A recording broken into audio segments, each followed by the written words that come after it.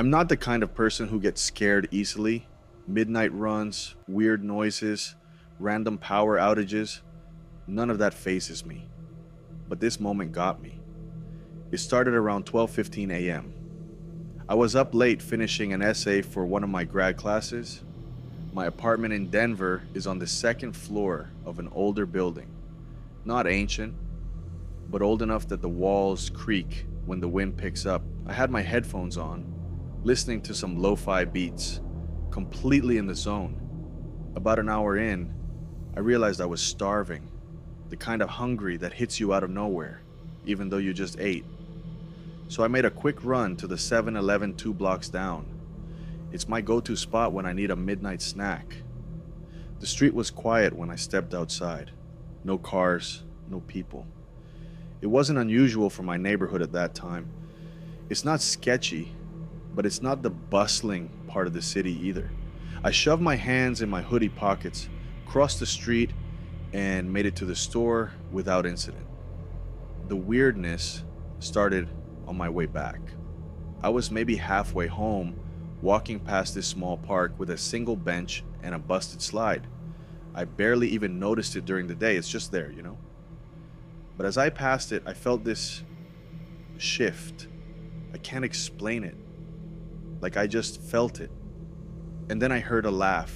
Not a full-on cackle, but a low, breathy laugh. Like someone trying to stifle it.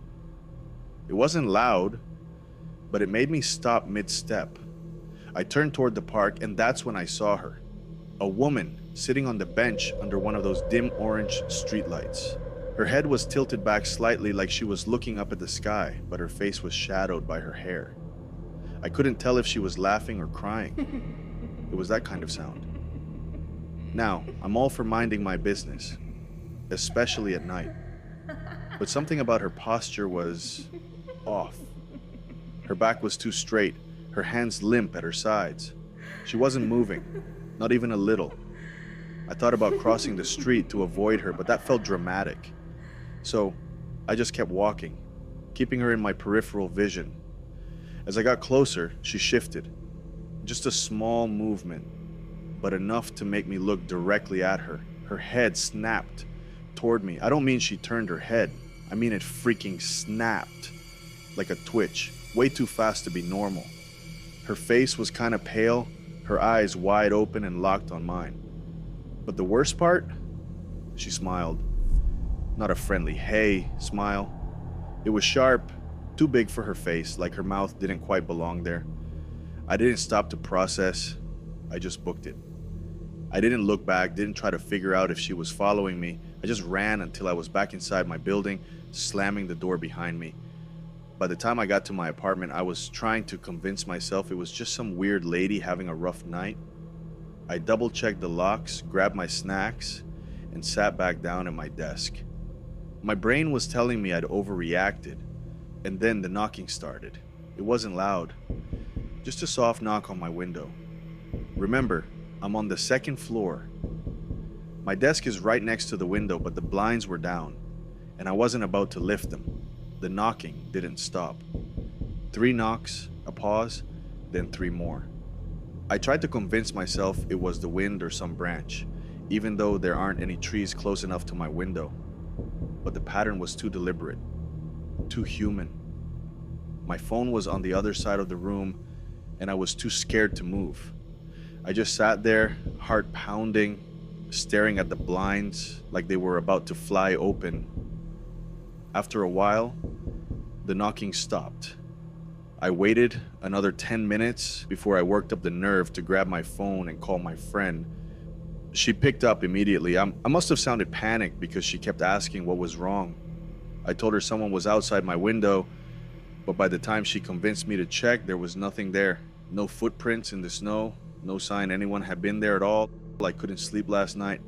I left every light on, sat in the middle of the room, and waited for the sun to come up. This morning I checked the park. The bench was empty, but I swear, I could still feel that heavy air hanging around it. I don't know what that was, but I'm not walking past that park again.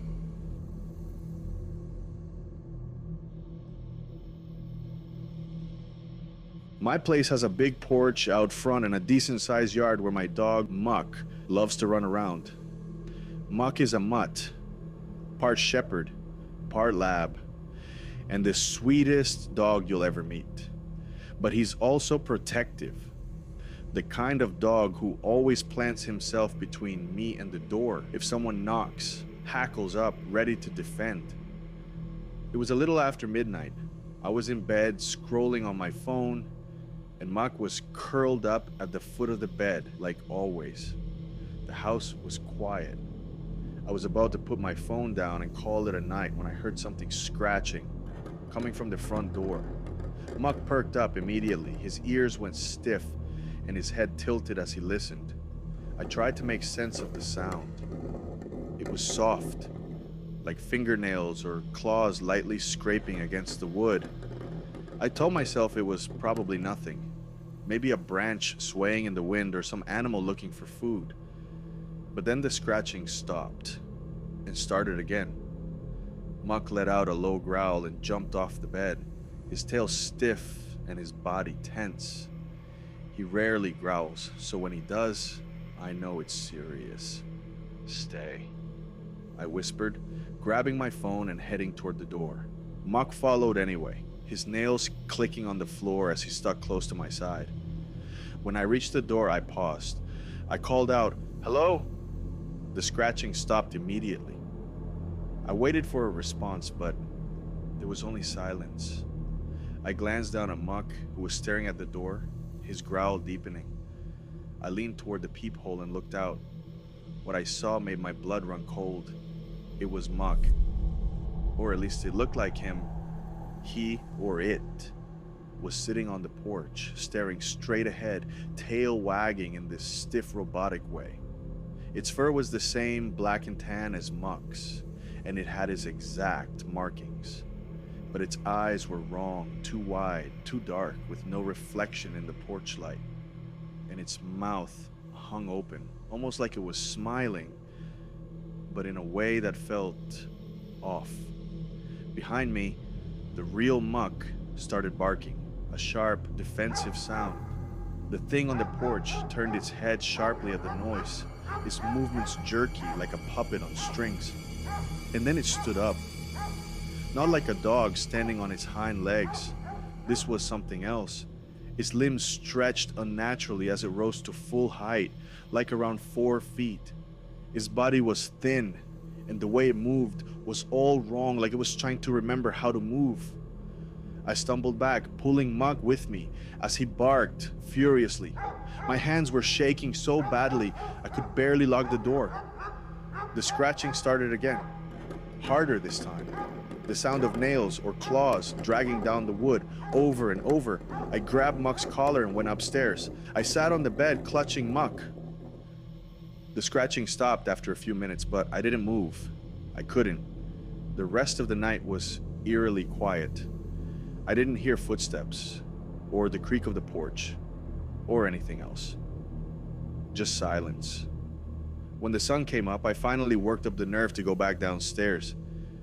I opened the door cautiously, expecting to see that thing still there. But the porch was empty, no scratches on the door, no tracks in the snow, nothing. I spent the rest of the day trying to convince myself I'd imagined it. Maybe it was just an animal I couldn't see clearly. But here's the thing. Muck won't go near the front door anymore. Anytime I try to take him outside, he whines and pulls toward the backyard instead. And last night as I was lying in bed, I swear I heard the scratching again. I didn't check this time. I just stayed in bed, pretending I didn't hear it. I don't know what's going on, and honestly, I don't want to find out. I'm thinking about getting cameras, but part of me is terrified of what I might see. What do you even do with something like this? Move? Call someone? Or just hope it never comes back? For now, I'm sticking to the backyard. And if I hear the scratching again, I'm not opening that door, not ever.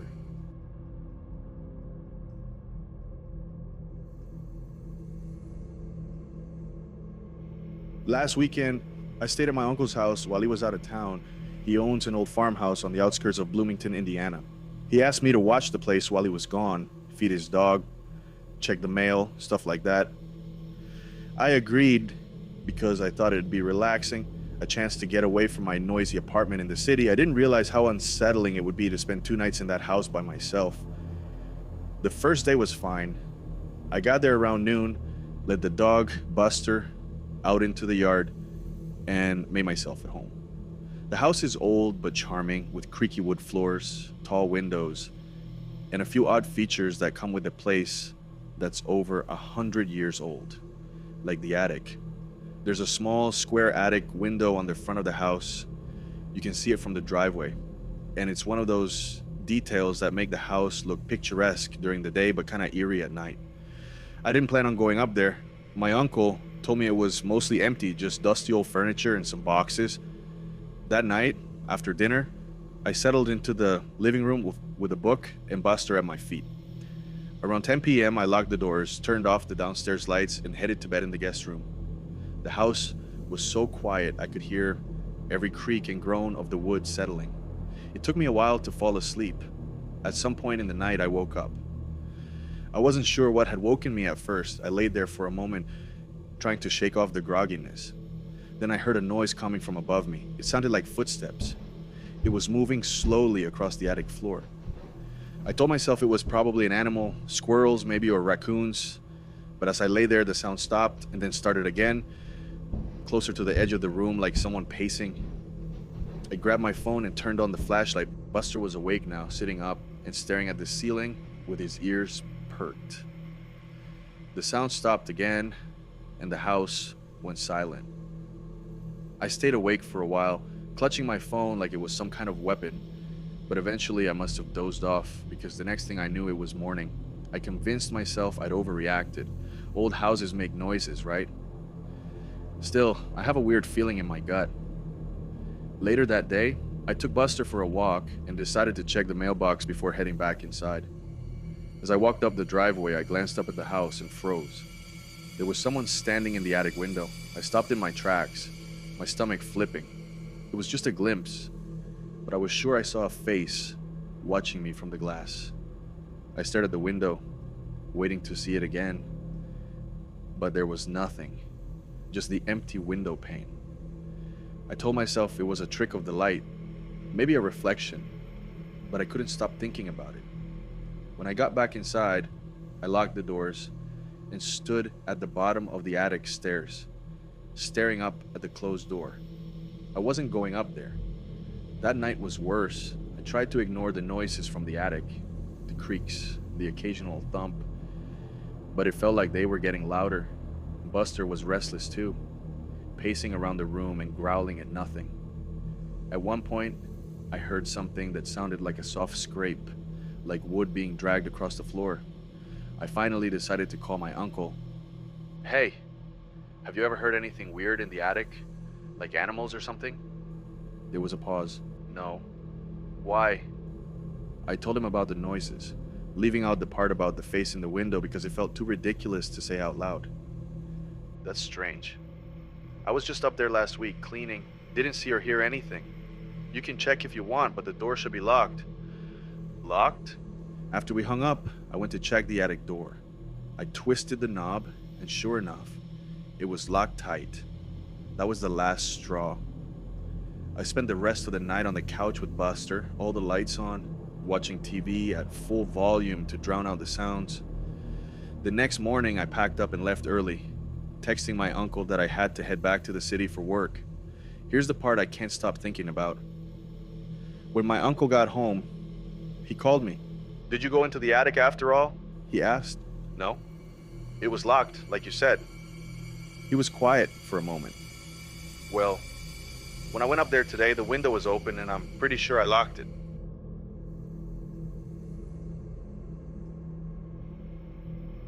All right, let me just say, I'm not stupid. I know the rules about ride shares. Check the license plate, verify the driver's name, don't get in a car without double checking. I know all of it. But during that time, I was tired, buzzed, and just trying to get home. So here's the setup. I'd gone out with some friends to a bar downtown. We had a great time, but by 1 a.m. I was ready to leave. My roommate bailed early, so I was flying solo. I didn't think much of it. I'd taken Ubers alone before, no big deal. I ordered the ride and the app said it would be a silver Honda Civic driven by Jason. It was only 2 minutes away and I was relieved because the street was starting to clear out, and honestly, I was over the whole night. Right on time, a silver Honda Civic pulls up. I don't even hesitate. I walk up, open the back door and say, "Hey Jason." The guy in the driver's seat smiles at me. "Yep, that's me. Hop in." I didn't think twice. I got in, shut the door, and immediately opened my phone to text my roommate. On my way back, that's when I noticed something odd.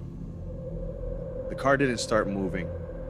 Jason, or whoever he was, just sat there for a second, staring ahead like he was waiting for something. Everything good?" I asked.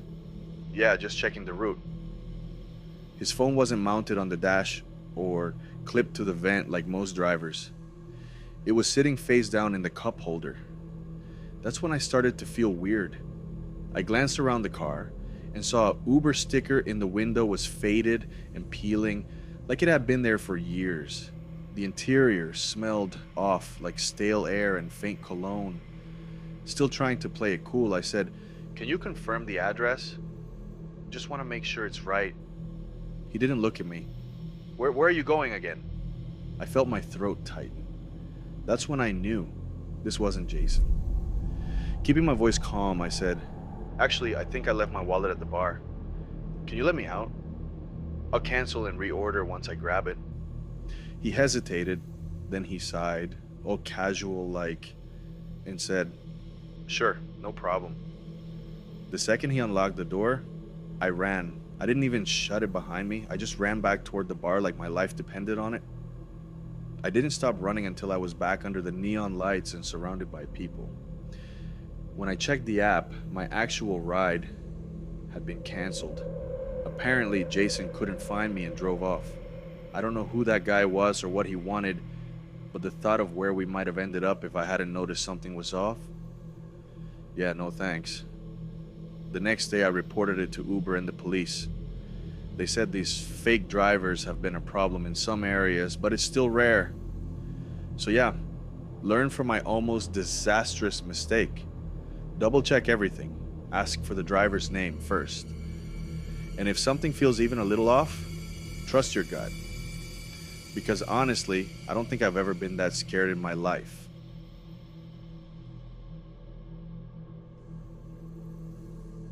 Let me preface this by saying I'm not some conspiracy theorist or horror junkie. I don't believe in ghosts, demons, or whatever people love making up. But what happened to me, I can't explain it. 1:15 a.m. The car. The smell hit me first. A metallic tang, sharp enough to taste. It was so faint, like the ghost of something long gone, but it crawled up my nose and stayed there.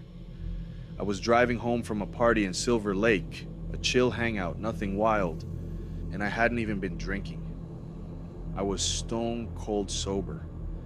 My friends had shoved me out the door with a leftover party favor. A paper bag filled with stale pretzels, half-eaten candy, and some cheap glow sticks. One of those dumb, last-minute ideas someone thought was hilarious. The bag was sitting on the passenger seat, and I remember glancing at it when the smell got worse. Burnt, number more like rust. That's when I saw the man.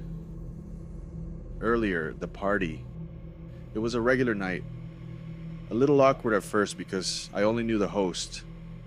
But eventually, I found a corner and settled in with some decent conversation. Around midnight, I realized it was way past time to head out. I said my goodbyes, grabbed the weird bag of snacks because I'm not one to waste free food, and left. Now I can't stop wondering, was it already happening? Did I miss something while I was there? Back to the drive. The man, he was standing in the middle of the street, just past a flickering street lamp. No reflective jacket, no flashlight, nothing to indicate why he'd be there at this hour. I slowed down, squinting at him through the windshield. Something about the way he stood, so rigid, like a mannequin, kind of made me uneasy. I pulled over. Not because I wanted to, but because it felt automatic, like my brain had already decided for me. I rolled down the window just enough to call out. "Hey, you good?" No response. He didn't even turn his head. The street was dead quiet. For a second, I thought maybe he hadn't heard me. But then he moved. Not toward me, not away, just a small step to the side. And that's when I realized the metallic smell was stronger now. The bag. I don't know why I looked at it. It's not like it made a sound or moved. But I did. I glanced at the stupid paper bag that I took from the party, and for a split second it looked wrong. Like the shape of it had changed. I blinked, and it was normal again. Just crinkled paper and pretzels poking out the top. But that smell, it was coming from the bag. I'm sure of it. I turned back to the man, but he was gone. The gas station. This part's a blur. I remember pulling into a gas station a few blocks later. I parked under the brightest light I could find and just sat there, staring at the bag. It felt heavy, heavier than it should have been. "Get a grip," I said to myself. I reached over, hesitating for just a second before pulling it open. At first it was fine. Pretzels, candy, glow sticks, the same stuff I'd seen before. But as I dug deeper, my fingers brushed something wet. It was wrapped in wax paper, tucked at the very bottom. My brain screamed at me to stop, to throw the whole thing out and drive home, but my hands had other plans. I unwrapped it. A key. It was old and rusted, its teeth sharp and jagged. It didn't look like it belonged to a house or a car. Maybe a padlock? There was no tag, no note, nothing to explain why it was there. Now I didn't sleep that night.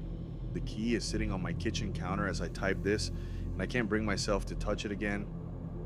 I texted the party host this morning, casually asking if anyone else had weird stuff in their favor bags. She replied, "What bag?" I don't know what's going on. I don't know who that man was or why the smell won't go away. No matter how many times I wash my hands, all I know is I'm not going anywhere near that key. Probably gonna throw it out after this. But then again, it's just a key, right?